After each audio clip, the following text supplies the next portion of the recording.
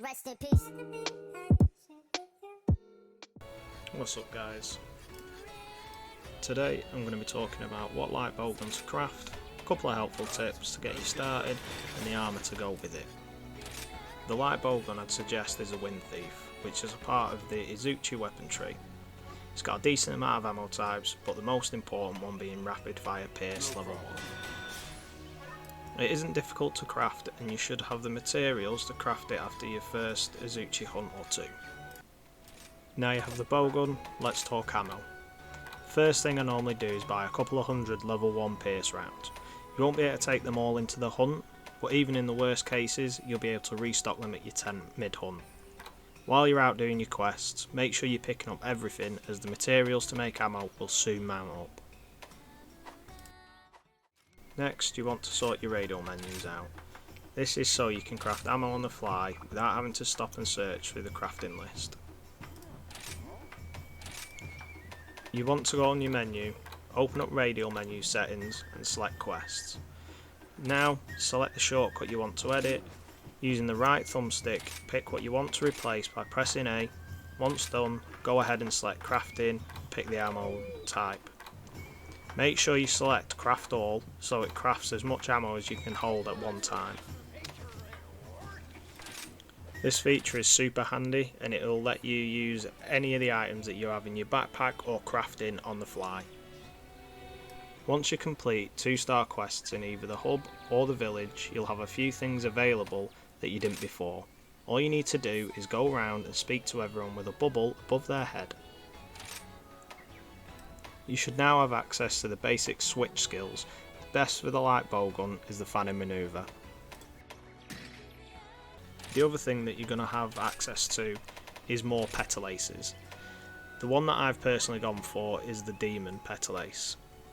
It just gives you that little bit more of a damage boost.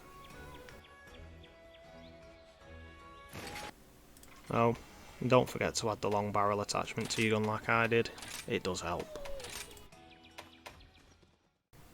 The last thing you'll have unlocked is the ability to use the argosy. What this means is you can send a palico or a palamute off to gather certain material that you've picked. This is super important because you'll be able to send one of them off to gather latchberries.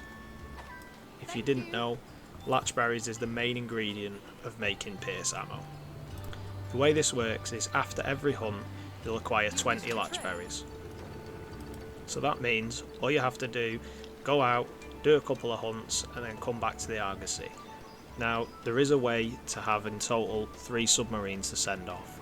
I'll put on screen now what you have to do to unlock them. There's a saying in my country that goes, the more you rush, the more you lose. It's important to take your time when necessary.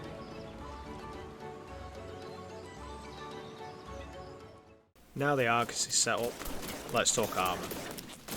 So straight away, you'll want to go on an expedition to the sandy plains. What you're looking for is Rhinopolis, usually found in Area 1. Kill and carve a few, then make your way over to about Area 6 and look for a monster called Kestradon. Again, kill and carve and you should have enough materials for at least the helmet. For the rest of the armour, you should already have the materials that you need. This is because most of the rest of the set is from quite a few of the lower tier monsters. So the full set should be the Rhinopolis helm, Tetranodon mail, Roggy vambraces, Izuchi coil, Roggy greaves, Demon petalace, and the Veteran's talisman if you have access to it. There will be a full list of all the materials that you do need to craft this set on the screen now.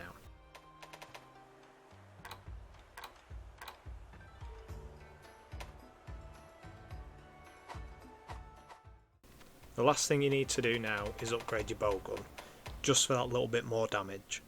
I'll put the materials that you need on screen now, but don't be like me and forget that you need great roggy hides. If you do choose to run this light bowgun and this armour set, there is a few things that I would do. First one being, make sure when you can use your armour spheres to upgrade the defence, do so. If you don't, it'll get to a point where your character will just be getting one-shotted by a vast majority of all the monsters that you fight, which you really don't need.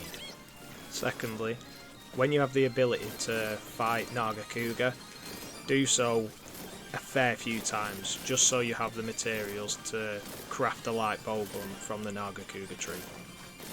And lastly, towards the start of high rank, or probably even before that, you're probably going to want to swap a couple of the armour pieces round, but that's down to you. This is just a set that will get you started and let you have loads of fun using the light bowgun. I hope this has been helpful, and thanks for watching. See you guys next time.